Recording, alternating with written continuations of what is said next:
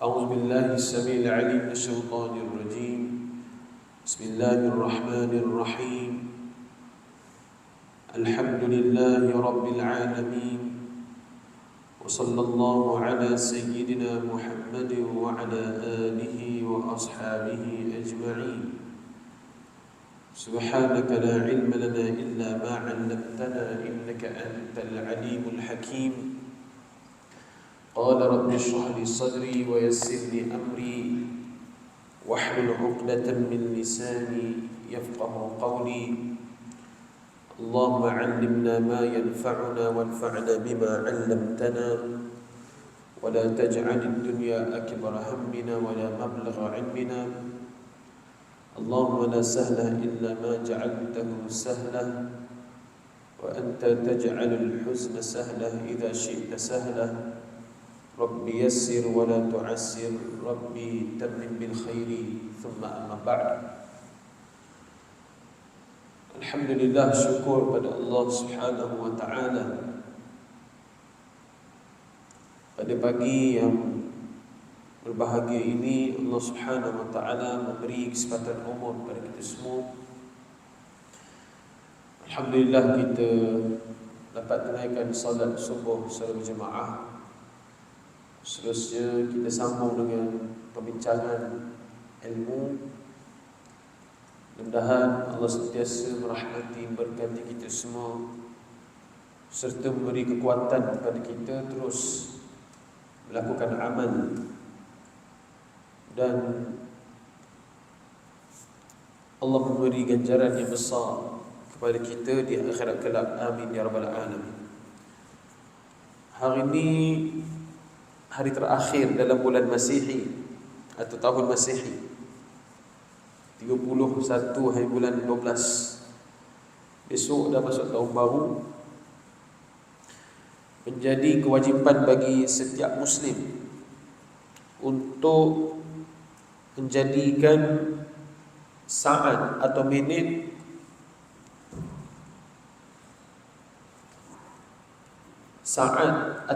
yang datang selepas ini lebih baik daripada apa yang kita sedang buat sekarang. Dipanggil sebagai muhasabah. Muhasabah ni penting. Kalau dalam buat program, kita ada postmortem. Setiap perkara yang kita lakukan, kita kena ada check and balance. Apa yang kurang kita tambah, apa yang agak terlebih menyebabkan, menyusahkan kita, kita akan balance kan.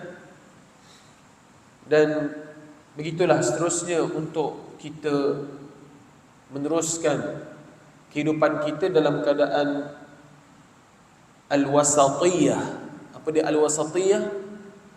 Keseimbangan dalam melaksanakan amal. Itu penting dalam Islam. Jadi hari ini sebagai meraihkan tahun Masihi yang akan kita tutup. Ada orang kata, saya tak nak pegang tahun Masihi, kalender matahari, saya pegang kalender bulan. Sebenarnya matahari dan bulan ini, ataupun kalender matahari, kalender bulan ni penting dalam kehidupan. Daripada segi bacaan. Contohnya, kalau dalam bab cuaca, dia bergantung kepada Masihi, dia tak bergantung kepada Hijri.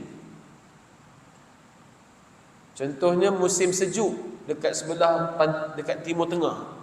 Timur Tengah musim sejuknya dia dilihat pada bulan Masihi, ataupun dilihat kepada Asy-Syamsi, iaitulah matahari.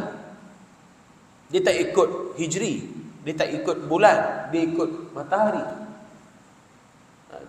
Contohnya start daripada bulan 10 atau bulan 11 hingga bulan 1, 11 hingga bulan 2 musim sejuk. Bulan 8 hingga bulan 11 musim duruh. Bulan 3 dia ada 4 kuarter lah. Atau kita panggil bulan 12 hingga bulan 3, itu musim sejuk. Bulan 3 hingga bulan 6 musim luruh. Bulan 6 hingga bulan 9 musim panas, bulan 9 hingga bulan 12 iaitu musim bunga. Dia maknanya cuaca kena lihat pada matahari ataupun Masihi. Kalau orang yang nak pergi ke laut, nak mancing ikan, nak ikan banyak, dia tengok bulan Hijri pula. Waktu bulan mengambang. Bulan mengambang ni air tak dalam, air surut contoh.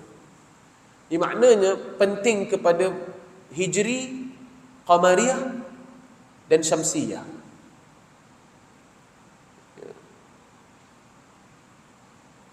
Sebab apa? Kalau dalam dia panggil sebagai cuaca ataupun berkaitan dengan hal perubahan iklim itu dibagi kepada Syamsiyah.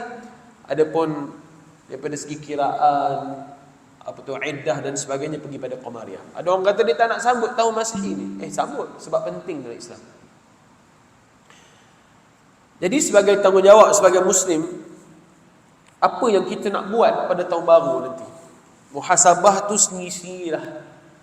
Kita boleh tengok apa kurang kita pada tahun ni yang kita boleh muhasabah dan kita nak perkukuhkan yang tahun depan. Apa dia? Saya nak bawa yang disebut oleh Imam Hasan Al-Banna dalam satu risalah yang ditulis sebagai risalah ta'lim, 10 karakter peribadi Muslim, 10 ciri melambangkan seseorang itu sebagai Muslim yang hebat, yang kena ada dalam diri seseorang supaya dialah orang yang membawa ataupun ejen yang memberi contoh kepada sekalian manusia, yang dipanggil ummatan wasata, umat yang menjadi contoh ikutan terbaik bagi sekalian manusia. Orang tengok dia ni, inilah ideal Muslim. Tapi bukan maknanya kita nak riak, nak tunjuk, tidak.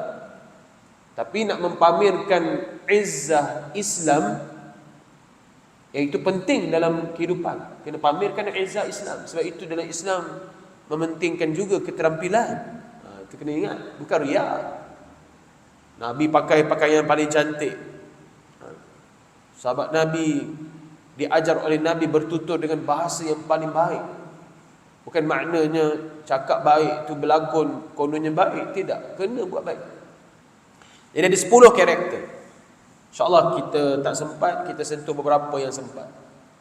Yang pertama, sebagai seorang Muslim yang sejati, yang hebat, dia mesti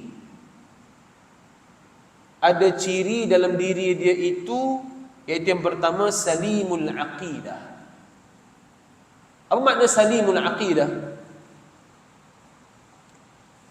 Dia punya akidah dia bersih.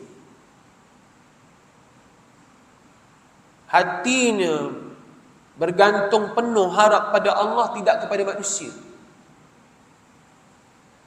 Dia yakin dengan Allah. Carilah rukun iman, semua tahu. Antara rukun iman yang paling susah untuk kita nak terima, bukan susah nak terima, boleh terima, kadang-kadang lambat nak terima, contoh, iaitulah rukun iman yang ke-6, iaitulah qada dan qadar Allah Subhanahu wa taala. Takdir yang menimpa kita.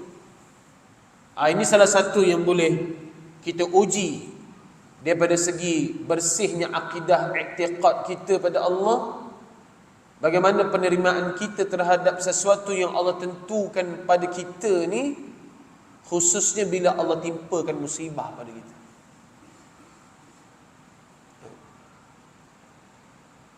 Salimul aqidah dalam bab qada dan qadar.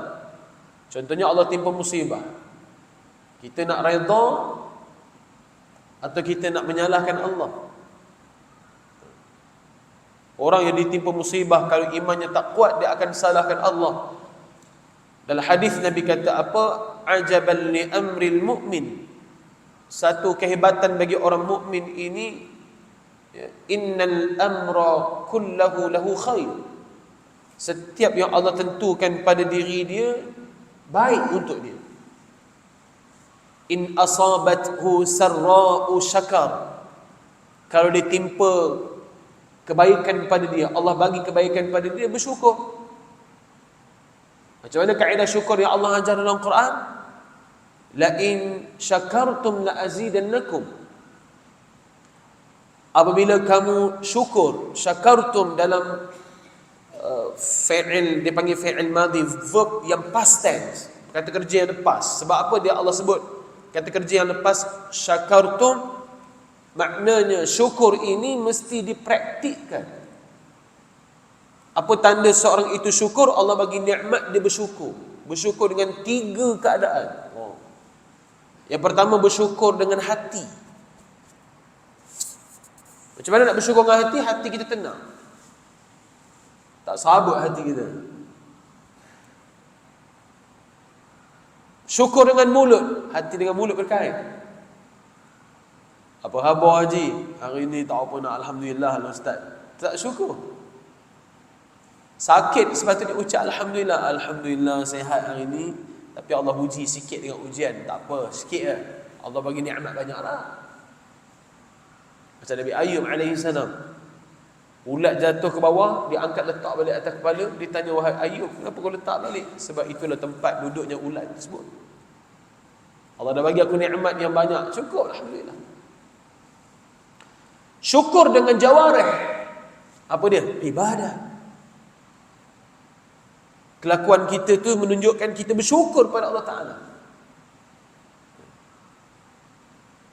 Kelakuan kita. Allah kata, la in syakartum, kalau kamu bersyukur, la azidannakum, aku pasti akan tambah. Pasti akan tambah. Allah Ta'ala dalam ayat ini, la azida, ada lam dan juga tambahan nun tasydid di belakang tu, maknanya aku pasti dan pasti akan menambahi nikmat kepada kamu bila kamu bersyukur. Wala in kafartum, sekiranya kamu zahirkan kufurnya kamu pada nikmat, kamu tak bersyukur langsung dengan Allah beri kepada kamu, Allah kata inna azabi lasyadid, kamu lupa daratannya, aku akan azab kamu, kata Allah Ta'ala. Na'udzubillah min dzalik. Sebab orang yang mukmin ini, in asabathu sarra'u syakar, bila Allah bagi dia kebaikan, dia bersyukur. Wa in asabathu darra'u sabar, bila Allah bagi dia musibah, dia bersabar, dia kembali kepada Allah. Istirja', inna lillahi wa inna ilaihi raji'un.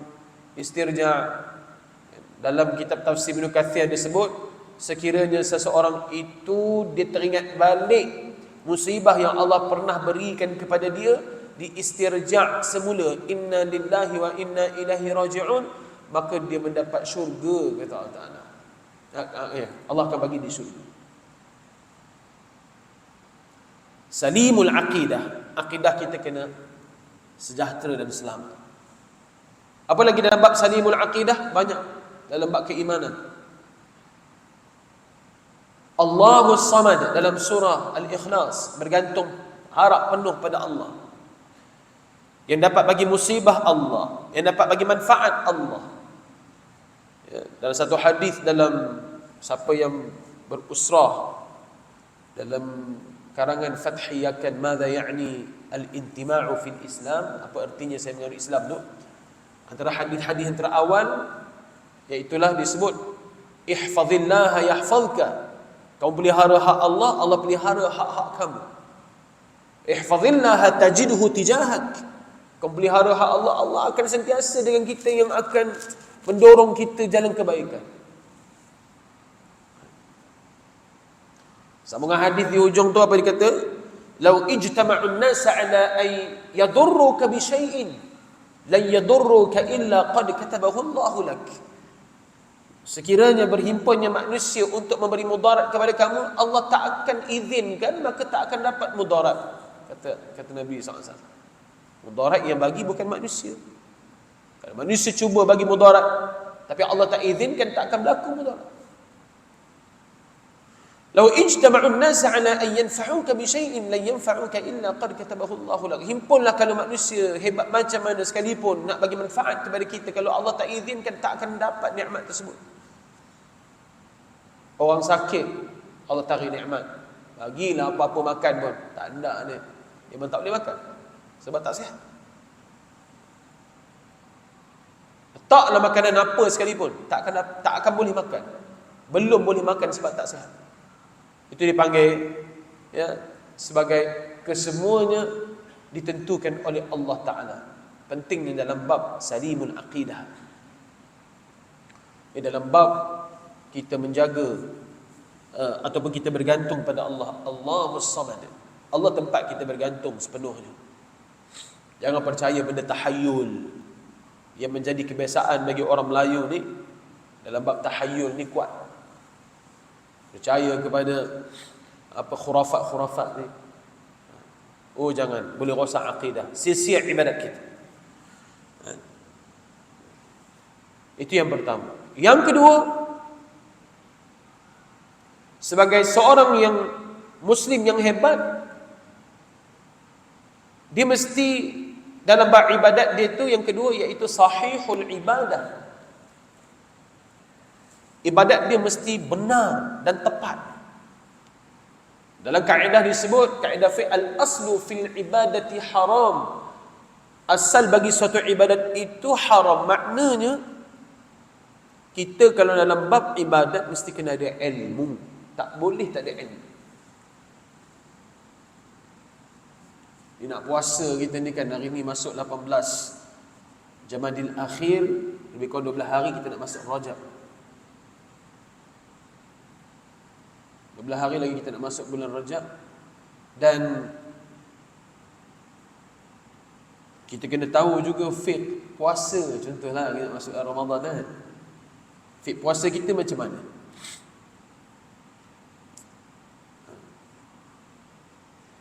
Itu salah satu ibadat, puasa. Solat kita banyak tak selesai lagi, khususnya dalam bab solat fardu berjemaah. Saya pernah sembahyang satu masjid tengah lah, masjid Panglima Kinta.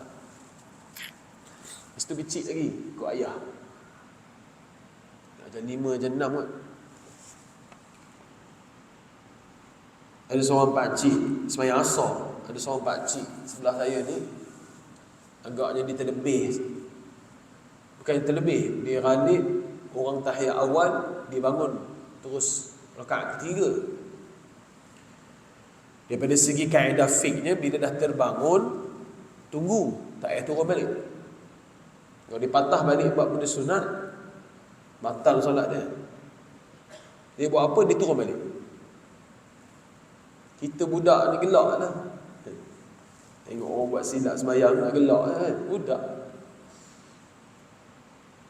Lepas tu dia pun, kita orang bangun pada dia duduk balik, kita orang bangun pada rakaat ketiga. Saya tengok dia sujud 2 kali sebelum dia bangun. Habis tu tanya kat ayah, ayah dia sujud apa 2 kali? Sujud apa 2 kali? Lepas dia terbangun, cerita balik situasi tu. Tu ayah berkata, entah sujud apa pun tak tahu. Tanya dekat Imam Zul. Itu jahil tu. Barangkali dia buat sujud sahwi pada rakaat kedua. Dia terus buat sujud sahwi.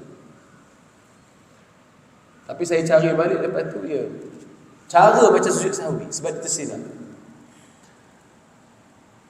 Maknanya dia tak tahu kaedah sujud sahwi itu di mana tempat dia. Ini ibadat dia tak sahih.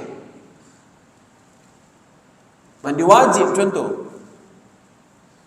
Saya jadi imam dekat satu tempat di belah Pengkalan dulu sebelum sambung belajar di universiti. Ada satu pakcik tu, dia suka ambil wuduk dekat belah belakang. Jadi saya pula takdir hari tu ambil wuduk kat belah belakang, ambil sebelah dia. Masa tu dia tengah ambil wuduk, nampaklah dia cara ambil wuduk tu basuh tangan dulu, lepas tu basuh kaki, tu basuh apa tak tahu dah. Macam mana nak tegur dia?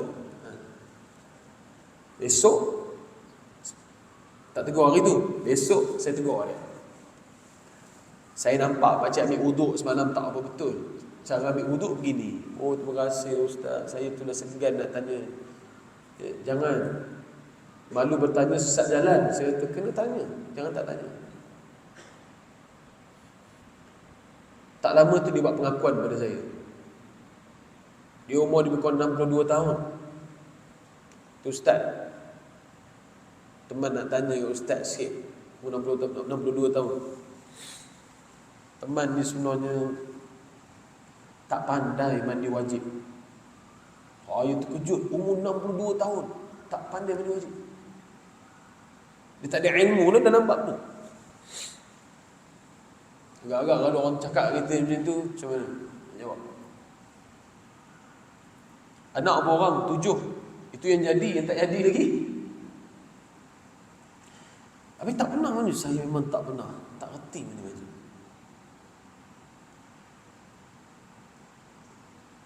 Kalau orang tanya kita macam mana jawab? Kalau pakcik mati esok ni, neraka tu pakcik ni. Saya kata tak apa, saya ajar mandi wajib. Tapi macam mana Ustaz dengan solat? Solat kalau ikut kata dalam kaedah hukum fiqh memang tak diterima sebab solat syarat dia mesti suci daripada hadas kecil dan hadas besar. Dalam bab at-taharah. Habis macam mana nak buat Ustaz? Tak apa, setiap solat tu qada. Kalau mampu subuh 2 rakaat, qada subuh 2 kali. Maksudnya ada buat 2 rakaat, lepas tu baru sembahyang subuh ataupun lepas subuh sembahyang qada. Zuhur pun begitu, kena rajin, kena lebih sikit. Puasalah takat mana yang mampu. Kalau rasa tak boleh, kirakan balik daripada kita akil baligh sampai umur sekarang, bayarlah fidyah. Sambil tu ganti puasa. Saya kata kena buat begitu, jangan susahkan waris. Ada setengah orang dia susahkan waris, jenuh anak pula nak congak. Mak ayah pernah tinggal puasa dulu, berapa kali tinggal puasa, jenuh anak-anak nak congak. Itu yang congak daripada umur 15 tahun sampai umur 60 tahun, bayar sampai 4-5 ribu tu. Kita sendiri yang kena kira berapa puasanya pernah kita tinggal dulu. Kita bayar kan sebelum kita mati. Sambil tu kita ganti puasa. Puasa sunat gantikan dengan puasa fardu yang pernah kita tinggalkan. Dia kata pakcik buat. Minta ampun pada Allah. Apa yang berlaku? Dia meninggal setahun selepas dia meninggal setahun selepas dia buat benda tu. Saya ziarah jenazah dia, Masya Allah, bersih mukanya. Dalam hati saya sangka baik, Allah dah ampunkan dosa dia. Dengan ada kesedaran dan kesungguhan. Dengan syarat ada kesedaran dan kesungguhan. Baik, pentingnya sahihul ibadah. Setiap ibadat ini kena ada ilmu. Kalau tak ada ilmu, tak boleh. Mengaji dalam bab fiqh, khususnya dalam bab salat. Saya bawa mengajar kitab Qaulut Tam fi Ahkamil Imam wal Ma'mum di Masjid Ustaz Lansyah. Kenaan dengan tata cara sembahyang fardu secara berjemaah. Oh, rupanya selama yang kita buat ni tak betul. Jahil yang ramai. Kita sendiri pun jahil. Banyak dalam kitab tu. Khususnya dalam bab masbuk muwafiq.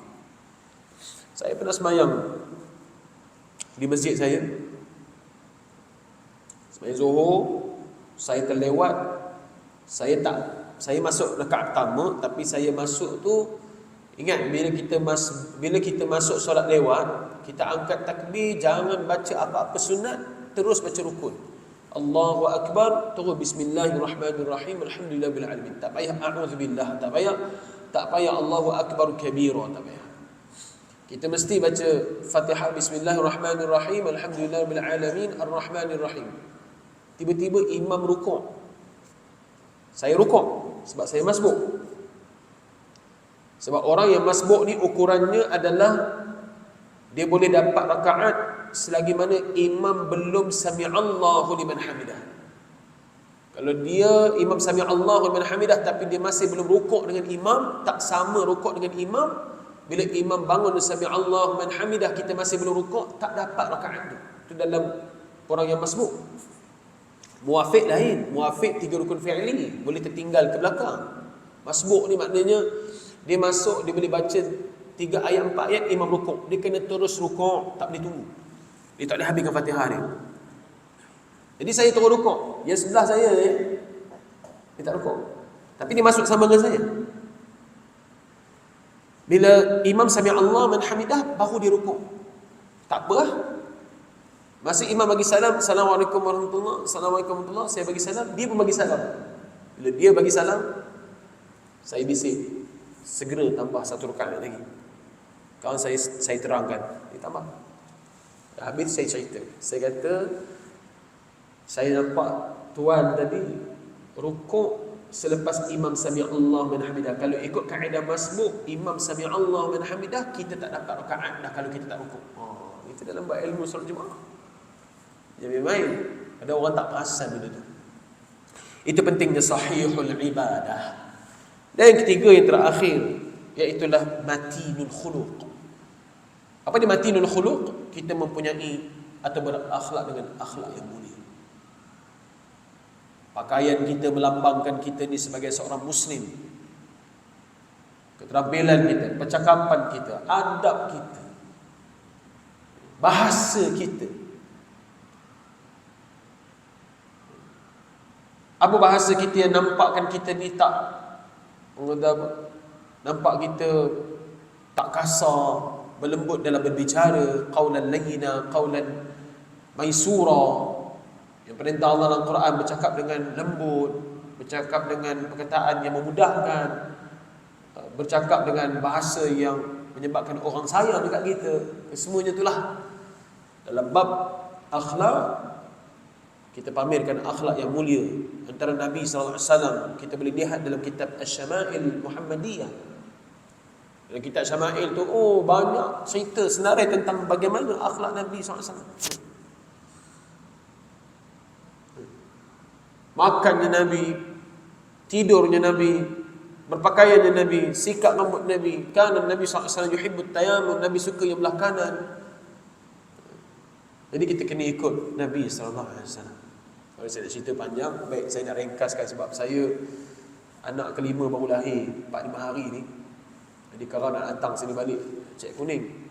Jadi tak apa, saya simpulkan bahawa azam tahun baru ini kita mesti pastikan 3 perkara yang kita sebut ini teras utama dalam kehidupan kita ni dalam keadaan yang sentiasa baik untuk kita. Yang pertama, salimul aqidah.